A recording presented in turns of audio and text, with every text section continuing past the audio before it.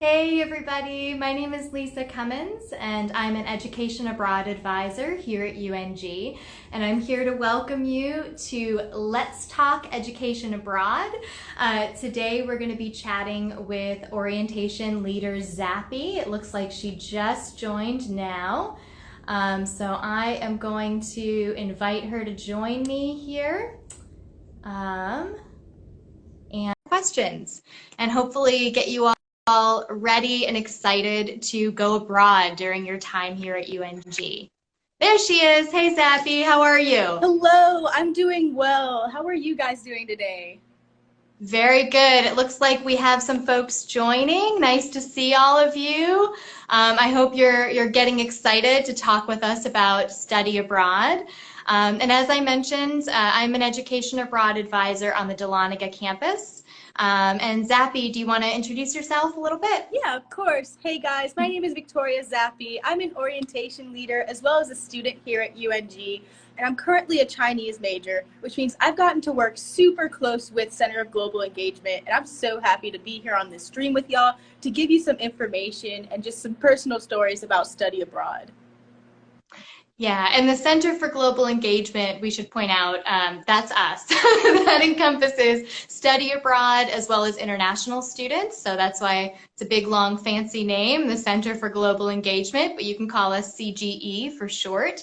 But yeah, so let's dive right in. So Zappi, do you have any burning questions to start us off talking about education abroad? So I do have a few burning questions when it comes to education abroad, especially is it just the Dahlonega students who can go abroad, or is it students from all 5 campuses who can go abroad? That's a really good question. And it is students from all 5 campuses. So whether you are going to Blue Ridge, Cumming, Oconee, Gainesville, Dahlonega, any UNG student can go abroad provided they meet the eligibility requirements, which are you have to be 18 years of age by the time the program starts. And you also have to have completed 30 credits at UNG. So that does not include dual enrollment credits. So that is something good to know. We like you to have about 2 semesters worth on campus as an undergraduate, just to kind of get you settled into college life before you embark on a study abroad experience in another country. So good question though, for sure. Wow, that is super cool. I actually never knew that dual enrollment credits didn't count towards that. So that's super important for our incoming freshmen to know. When are Absolutely. students able to start planning for study abroad? As soon as possible. So as soon as you jump in as a freshman here at UNG, or at whatever point you are in your career, once you kind of have an inkling, maybe that might be something I'm interested in, you want to set an appointment with myself or one of our other education abroad advisors. To do that, you can actually go through the link in our bio, in the UNG Global bio, to make an appointment. Or you can go to cgeadvising.ung.edu. And we have in-person offices on the Gainesville and Dahlonega campus, but we do virtual appointments as well for our Oconee, Cumming, Blue Ridge students, and also for Dahlonega and Gainesville students if they would rather do virtual. So we are flexible, and we want to talk to you and help you start planning when in your academic career that's going to fit in with what courses, and also help you start planning your budget for that experience.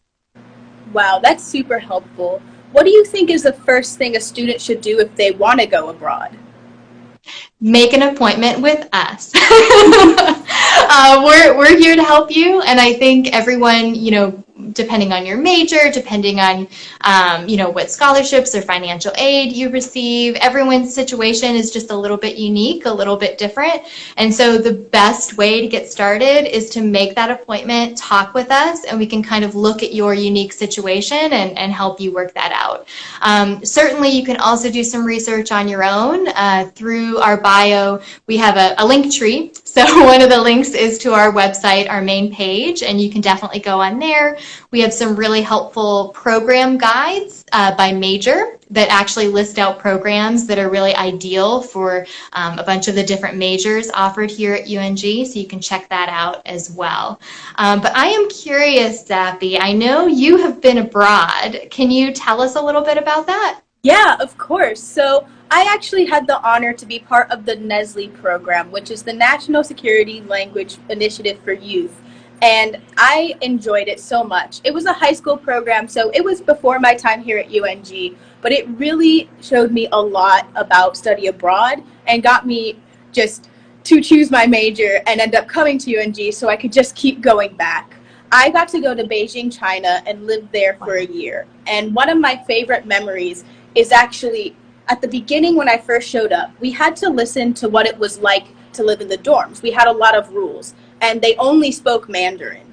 So I'm sitting in there having never taken a Chinese class before. They're saying all of these rules that we have to know. I have no idea what they're saying. I'm just like, panic. I'm scared. I have to learn that. 3 months later, another American program comes in and they go over the dorm rules again. And in only 3 months, I could understand every single thing the dorm mom said. And I was sitting there with my mind blown. I was like, I didn't know this 3 months ago. So Yeah. Study abroad is super good, especially if you're trying to learn a language. Yeah, I think that's such a great story because it is true. You almost don't realize how much, if you are there to learn a language, how much you're improving over time. And then you sometimes have that moment and you're like, hey, I've actually learned a lot. This is amazing. I do just want to point out, though, that you actually don't need to be learning another language or even necessarily be, interested in learning another language to go abroad. I think that is a common misconception. A lot of folks think, oh, it's only for the language majors and minors. Study abroad is not for me. Not the case. You can go abroad, even to countries that English is not the native language spoken there. Oftentimes there are programs that have courses taught in English, and maybe you can take like an intro to whatever language it is course along the way to help you navigate the city where you are. But you're certainly, I think in the past you were a little bit more limited, but now not so much. There are programs for every major, whether you're STEM, engineering, cybersecurity, history, whatever your major, there is a program with courses. But definitely come talk to us early so that we can help you figure out the best time to do that. And I just want to remind everybody, if you have questions, please feel free to drop them into the chat because we are also here to answer your questions, even though we each have questions for each other too. So Zappi, even though we just said it's possible to go abroad, even if you don't speak the language, and certainly there are countries where the native language is English that you can go abroad. But what was it like to go abroad in China, not really knowing the language? So it was definitely scary at first. I mean, there's nothing I could say to really hide that. When we first showed up there, I looked around, immediately had culture shock, even though we were kind of prepared to not, which isn't really true. We were prepared for culture shock. And it was kind of like stepping into a whole new world. That's what it felt like. I was like, I don't know where I am. I don't know what people are saying to me. And I don't really know where anything is and how to appropriately handle every situation. But it's kind of a learning curve. You'll have ups and downs with study abroad. Times where you're just like, I love it here. This is super cool. Other times where you're like, I really miss home. I'm really stressed. I just want McDonald's. But I really felt like I was given the opportunity to learn the culture a lot more, as well as like have a lot more growing. Like, even if I didn't go abroad for a major, I got to really meet a lot of people from around the world and make different connections that really kind of expanded my mind's view. And being there was like getting used to that new world and slowly making it part of mine. Yeah, I love the way you put that because I think you know, spending a significant amount of time in a foreign country, it really does become a part of you, you know, and it changes you. And as you said, you know, it's scary. It's not easy, certainly. Even if you go to England and everybody's speaking English, you're still going to encounter so many new cultural differences, and different ways of doing things and different ways of approaching situations. And, you know, it can definitely be challenging and overwhelming. But I know, at least in my experience, I studied abroad in Spain, and I found that it was those challenges that kind of made it worth it in the end, because you came up against them, you overcame them, and then in the end you're like, well, I can just do anything now. I did that, now I can take on anything. Was that your experience too, Zach? That was my experience too. So one thing that actually happened while I was in Beijing, I had accidentally ridden the subway to the wrong school. There were two schools with the same name, and I took one to the wrong district. But at first I was a little scared. I was like, oh no, like I can't read that well. My Mandarin isn't there. But I was able to find my way back to the school by being in that situation where I had to use what I had learned in class in order to find out which bus to take back to the right school. And that really kind of Yeah. showed me that, one, of course I'm learning, and two, I'm learning to adapt to situations and stressful challenges around me. Absolutely. And adaptability, flexibility, those are right up there, number one skills you learn when you're thrown into study abroad in these challenging situations, and lots of other awesome career building skills too, and lots of other great stuff. But I do want to take a moment. We have a question here. What about studying abroad as an adult learner? My major is East Asian Studies with the concentration in Korean. Great question. There are definitely, you know, lots of programs, if not all of them, that welcome adult learners. I'm glad you mentioned your major as well, because East Asian Studies is one of 3 majors at UNG that actually require study abroad. The other 2 are Strategic and Security Studies and International Affairs. So East Asian Studies, Strategic and Security Studies, and International Affairs, those 3 majors do require that you go abroad. And adult learners are welcome, so come talk to us and we'll look at programs and figure out how to get you to Korea to work on your Korean skills there, because we have lots of great programs. Actually, we have 2 students there right now in South Korea. We're very excited to have students going abroad again, little by little, after the COVID pandemic, or, you know, as the COVID pandemic kind of shifts and changes, and we're able to send some students abroad. And our 2 students there are actually roving Nighthawks, so they have been sharing some content with us. And if you want to check out some of their experience, we have story highlights from their story takeovers on our bio page. So yeah, check those out and make an appointment with one of us. Heather Jarima will be the advisor if you're Dahlonega or Cumming, and then Shane Bono would be the advisor for Gainesville, Oconee, and Blue Ridge if you wanted to go, talk to one of them about South Korean programs. Great question. Love it. Looks like we have a lot of great questions in the chat. Oh, awesome. What's another one you see, Zappi? Can you read one? So Anne has actually asked us, what sort of credit cards or other ways can you use funds, or other ways you use to fund abroad? So Yes. So I think credit cards, that makes me think about maybe the question is about using money abroad and like how you actually pay for things. And you can definitely use credit cards, although you want to stick primarily to Visa and MasterCard, which are the most widely accepted worldwide. American Express and Discover, in some places in the world especially, it can be extremely hard to find a place that will accept those.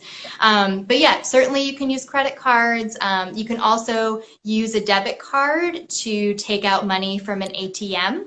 And in that case, you know, there's always some fees associated with changing money from US dollars to a foreign currency, no matter how you do it, whether it's a credit card, they're going to tack a few small fees on. Same with the debit card. Same with, if you want to go super old school with a traveler's check or, exchanging money, however you do it, there's a small fee.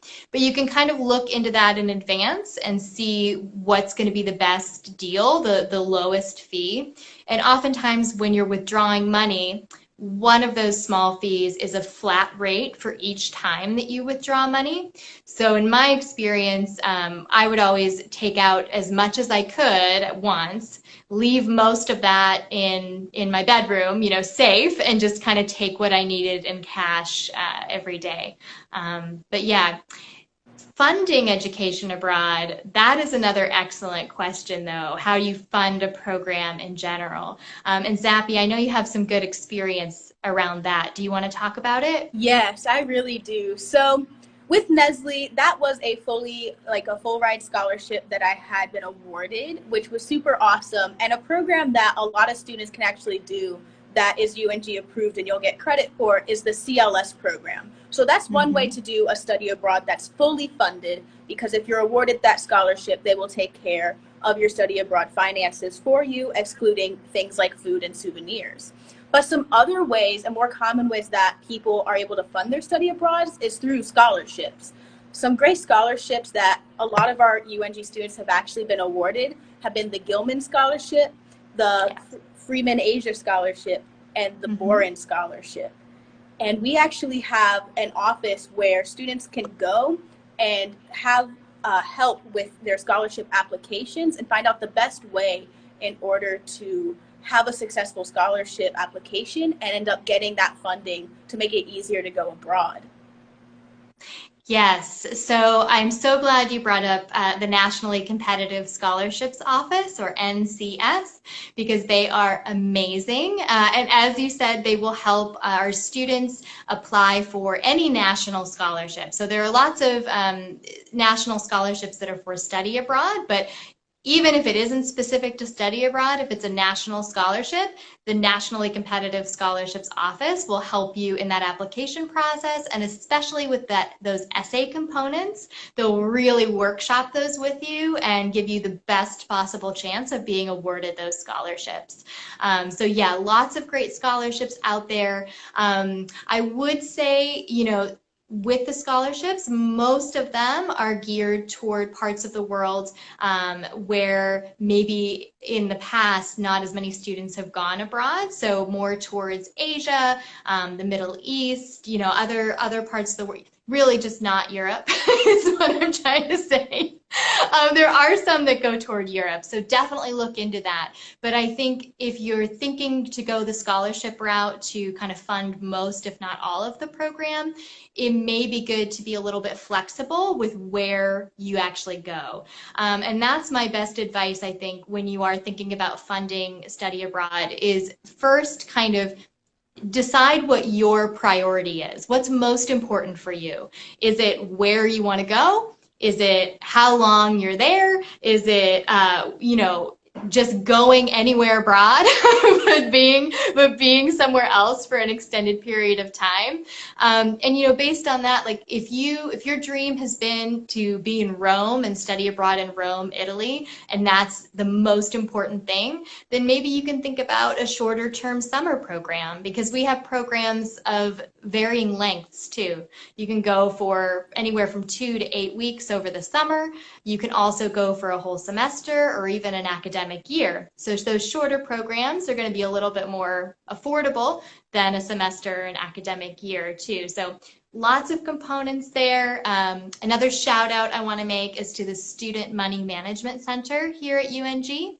They are going to help you with any budgeting, kind of financial planning you're looking to do, and that includes for study abroad. So you can meet with a money mentor one-on-one with the Student Money Management Center, and they can help you plan that budget. And the earlier you do that, the easier it's going to be to reach that budgeting goal.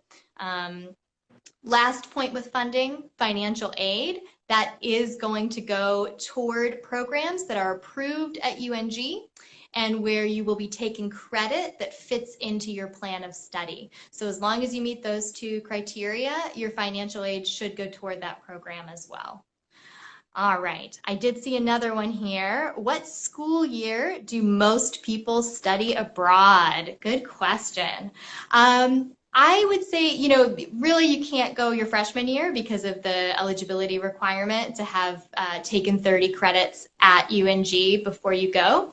But as early as that summer after freshman year, some students go.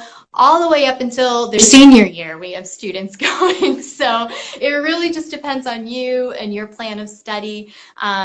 I would probably say, though, if I had to generalize, probably like second semester sophomore year to sometime during junior year is the most popular. But yeah, just come talk to us and we can figure out what's going to work best for you. Did you see any other questions there, Zappi? Let's see. We talked about some scholarship opportunities already. So we'll go ahead and pass that one just because we talked about it. Here's another pretty good one, which we mentioned, but I like to say it again.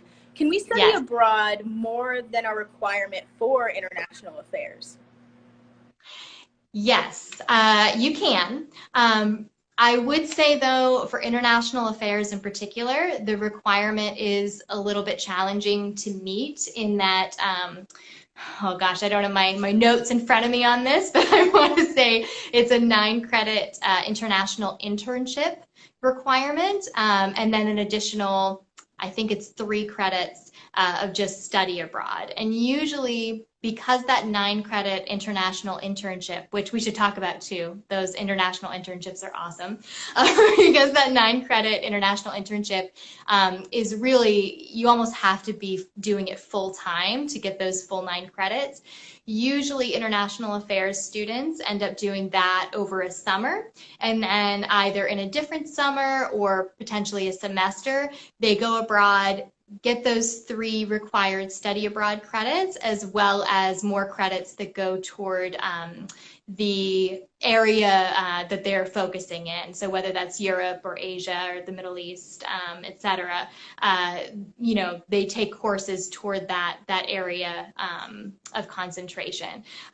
But certainly, you know, if you can make it work with your courses and you can make it work with your budget, you can go abroad as many times as you can make work. But yeah, good question for sure.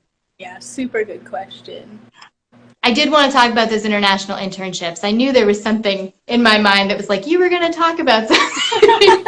So you may be wondering why the title of this is Let's Talk Education Abroad and not Let's Talk Study Abroad. And the reason is because education abroad actually includes not only your traditional study abroad, where you go abroad and you take courses, you know, at a foreign university or, you know, another institution in another country. It also includes international internships, which are becoming more and more popular. So just like an internship that you would do here in the States, where you get, you know, hands-on experience in your field, an international internship gives you that same opportunity, but in another country. So you would actually be in an international workplace, interacting with folks from that country, really getting a deep dive into that culture, as well as, you know, building your cross-cultural communication skills, you know, getting hands-on experience in your field, especially if you're going into an international field. That can be great experience to go on your resume. It is important to note that those international internships are for academic credit. They are not paid. So that is something to be aware of, but they're incredible opportunities and definitely not to be overlooked. So think about those too. Awesome. We actually got a question from Gabby asking if the GI Bill covers study abroad. Good question. So really, for any and all scholarship questions or funding questions, it's best to go to the folks who know that aspect really well. So for most folks, that's going to be the general financial aid advisor, but I know cadets have a special advisor for their scholarships as well. So whoever that person is for you, I would go and talk to them because they're going to be the experts. In my experience, it depends. A lot of times the GI Bill, I believe, does go toward it, but it depends on the specifics that are in there. So definitely part of our job as education abroad advisors is directing you to the right resources. So I'm going to direct you to your financial aid advisor, and they're going to be able to guide you a little bit more specifically on that. Good question, though. I love these. These are great. We got a few more questions. What is the most popular semester for students to go abroad? Ooh, honestly, here at UNG, historically, most of our students go in the summer term. But, otherwise, you can definitely do semesters abroad. And I guess I'm a little biased because I did a semester abroad, but I would love to see more students jump on that opportunity. But yeah, it just depends. And certain schools abroad, their academic calendars may not perfectly align with ours. So for some schools, spring is a little bit better because they'll sometimes start in, say, February and go through July, which you can make work with our academic calendar. But if they start in, say, September and go through January, that's a little bit trickier. But yeah, it just depends on the program, depends on the person. I wouldn't say there's one semester that is much more popular than the other. Good question, though. Super good question. And where is the most popular country students go for their criminal justice classes? Well, for any specific degree, I would definitely recommend checking out the degree-specific program guides that are on our website. And I know we have completed the one for criminal justice, so I definitely recommend checking that out. I believe, if my memory serves, that the majority of those programs were in Europe. I know one student in particular who I worked with had studied abroad in London for a semester and done some courses toward his criminal justice degree. But yeah, I mean, part of putting together those program guides, which my colleague Heather Jarima, shout out, did so awesomely, is she was trying to find a variety of programs in all different regions of the world. So you're not necessarily limited, and so I would just refer you check out that guide and then come talk to us. Super cool. And earlier you actually mentioned that cadets went through a little bit of a different process, but are cadets actually able to go abroad? Yes, as a matter of fact, we actually have some cadet-specific opportunities. There are some military exchanges with military schools from other parts of the world that are especially for cadets.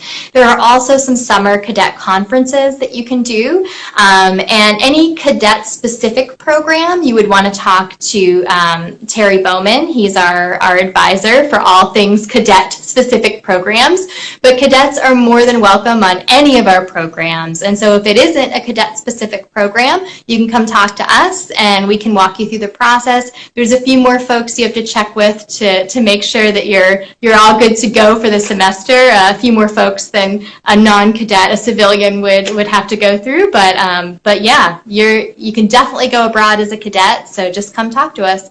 I'm just going to keep repeating that, Zappi. come see us, come talk to us. We don't bite, I promise. Okay, I mean, it makes sense because obviously we want them to talk to you so they can get abroad. And what's the best way to go about making an appointment with your study abroad advisor? Yes, good question. So in our UNG Global bio, if you go to the link tree there's a link that'll take you right to the scheduling website to make an appointment with us. Or you can just go directly to cgeadvising.ung.edu. So nice and easy. And I think if you just do a quick search on the UNG website, you'll be able to find it too. So no worries, you'll get there. Wow, that is super cool. Now, I know sometimes students start to as they get into the process of study abroad, what kinds of things does UNG offer for their protection? Things like insurance. What if something happens while they're abroad? Yeah, that's a good question. I think especially in light of the COVID-19 pandemic. So we have put together a travel and emergency response team here at CGE, and that is primarily to assess the safety of programs before they run. We always kind of want to look at the situation in that country specifically where a student is intending to go and determine whether or not it's safe. We base that on a lot of different factors, but especially State Department travel advisories and CDC recommendations. So that's the first thing, is that we want to make sure that, you know, if we send students there, that the situation there on the ground is going to be safe for them. We do make sure that every student has international health insurance before they go, so that, you know, you do have coverage while you're abroad. That's a requirement for all UNG students on all programs, is to get that international health insurance. And through that same company, we can recommend some international travel insurance as well to help back that up. And then, you know, we're with you through the whole program, so you can always reach out to us via email. You know, if there's any problems, certainly we will, you know, coordinate things from here. You know, if worst case scenario, something should go get really bad with the pandemic or something else. And then depending on the program, most programs have a huge support network there on the ground too for you. So really good question, especially in light of the COVID-19 pandemic. I do want to emphasize, you know, right now we are not requiring vaccinations, but we are highly recommending that you get vaccinated. While we're not requiring them to go abroad, other countries may start to require them to enter. Other universities may start requiring the vaccine to participate in programs there. So we're recommending that you get vaccinated, because if it's required by, say, the UK that you're vaccinated to enter, and you're not vaccinated, you wouldn't be able to participate in that program. Yeah, I think I touched on most of the things. I don't know if there's any others. Great. We actually got two really good questions. The first one's from Anne. So how is study abroad looking for in spring 2020? Do you think students will be able to go? I really hope so. We are, as I mentioned earlier, we are starting to send students abroad. We have 2 students in South Korea this summer, and we're sending another 3 students to South Korea this fall. And, you know, as I said, we have that emergency response team. We always try to set a date several months out from the program's start, and we try to make that determination by that date whether or not it's safe, so that folks have plenty of time to kind of find a backup plan. Of course, it's not a guarantee that things couldn't change in the last minute, but we do our best to give you that time to make alternative arrangements. I'm hopeful for spring 2022. I think most of the world is, you know, slowly but surely getting vaccinated, slowly but surely getting those numbers down. So yeah, I'm hopeful. And we are accepting spring 2022 applications. Our summer 2022 applications will open up in September. So yeah, hopeful is the key word there. Hopeful is definitely all we really need to know. I definitely, as like a student who's trying to get back abroad, because y'all know I've been trying, I'm continuing and have been applying for every semester, because obviously we can't control this COVID situation, but I just really like the study abroad experience, and outside of needing it for my degree, I really want that experience again before I'm in the workplace for what I would like to do. So I'm just applying every semester, and I think every other student should as well, while also having a backup plan in case you can't go. Yeah, I think that's a perfect way of kind of looking at it. It's certainly, you know, I know it's easier said than done. When you have that program in your sights, it is really hard to kind of also be like, but I could definitely be fine here at UNG too. It's hard to keep that balance, but I think as best you can, seeing both of those routes as equally possible and kind of balancing it and just going for that application, but keeping that plan B in place. I think that's smart advice for sure. Of course. And you'll get to go abroad, Zappi. I know you will. I will. Again. I'm not concerned. It's going to be fine. Yes. All right. Now we have another question. Excellent. What did study abroad look like in the last year? What could it look like with the upcoming year with different COVID restrictions and guidelines? Great question. So this past year, basically study abroad has looked like no one going abroad. We've been kind of continuously monitoring the situation, but ultimately our student safety is the priority. It may be cliche, but it's true. We want to keep our students safe above all. And so with each of those dates, when it's come time to assess the situation, those travel advisories from the State Department and the CDC recommendations have just been, really, it's better not to go, it's safer not to travel. And so we have canceled programs for the past year. These 2 students that are in South Korea now are the first 2 to go abroad since last year. So we're just super excited to have some students going again, and I can't wait to send more students in the future. Super awesome. Definitely looking forward to see what happens in spring. Other than that, I have one more question, just because it's an important one.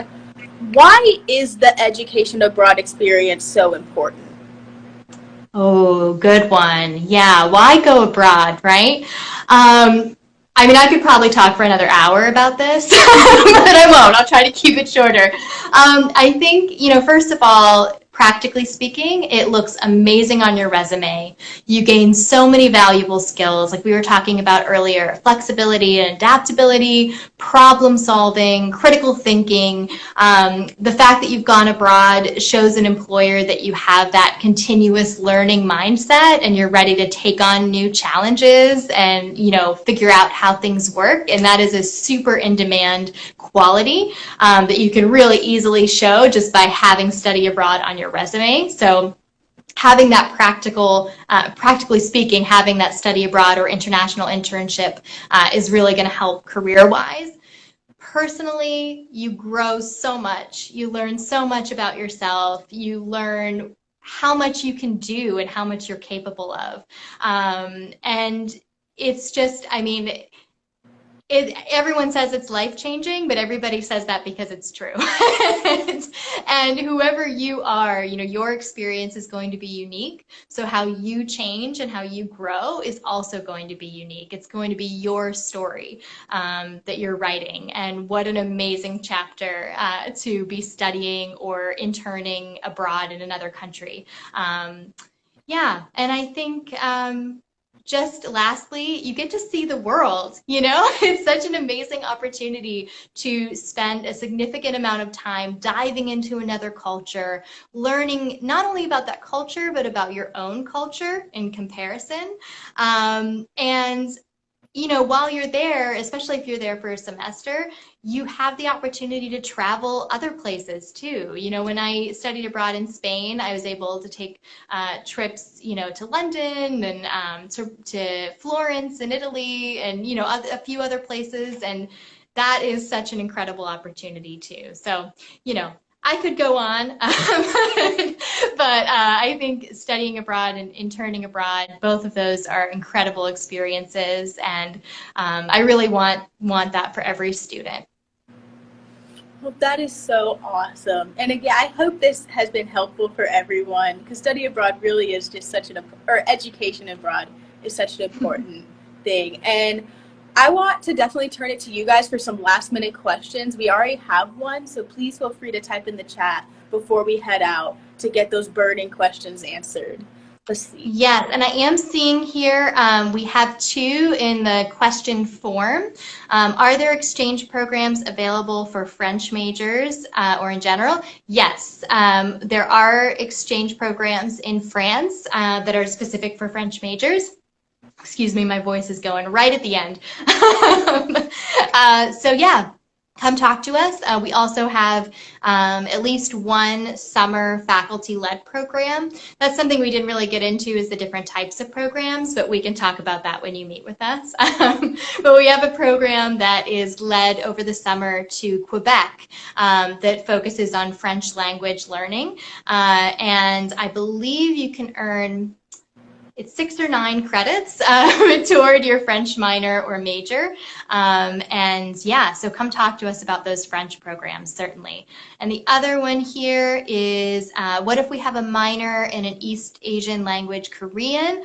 We did talk a little bit about that earlier, but yeah, we definitely have great programs in South Korea. There are also summer programs there as well. So if it is a minor and you need fewer credits, then you could go for a summer program and knock a bunch of those out with that too. Did you see any other questions pop up there, Zappi? You're like our question master. I love it. Got this. I got one for you. Can I replace classes in my plan of study with similar courses that are offered on a study abroad? Yes, and as a matter of fact, that is part of the plan. We always want the courses and the credits that you earn abroad to fit into your plan of study, meaning that in that application process, we want to get those courses from the foreign universities approved to transfer back afterwards as UNG credit. So the short answer is yes, you can take courses abroad that are going to fit in as courses here at UNG. I would recommend, though, saving your elective courses, saving any kind of, lower level courses that you need to take for your majors. Saving those for study abroad is best, because the more complex or the more information or different things are included in a course, the more specific a course is, the more difficult it is to find an equivalent abroad. So yeah, save those electives for sure. And there's another question here too, study abroad location for English majors. I was an English major. So there are lots of places you can go, really. I think if you want to take specifically literature courses, I think you're like higher level literature courses. I think a lot of those are probably going to be in the UK, in Ireland, because otherwise there are certainly literature courses, but they may be in the native language of study. But I don't think that guide is complete yet, so please come talk to me and we'll look at some programs, and I'm sure there are other options that are just not jumping top of mind right now, so come talk to me. Zappi, more questions? I don't have any more questions on my end. Do you on your little thing? Nope, that was the last one for me. So I think we're good. But yeah, I'm going to say it again. Come talk to me, make that appointment through the link in our bio, or go to cgeadvising.ung.edu to make an appointment. You can do in person in Dahlonega or Gainesville, or virtual. And I also want to plug our Education Abroad fairs. We're going to have an Education Abroad fair at the end of September. So I have the dates written down so I don't forget. September 27th is going to be in Gainesville.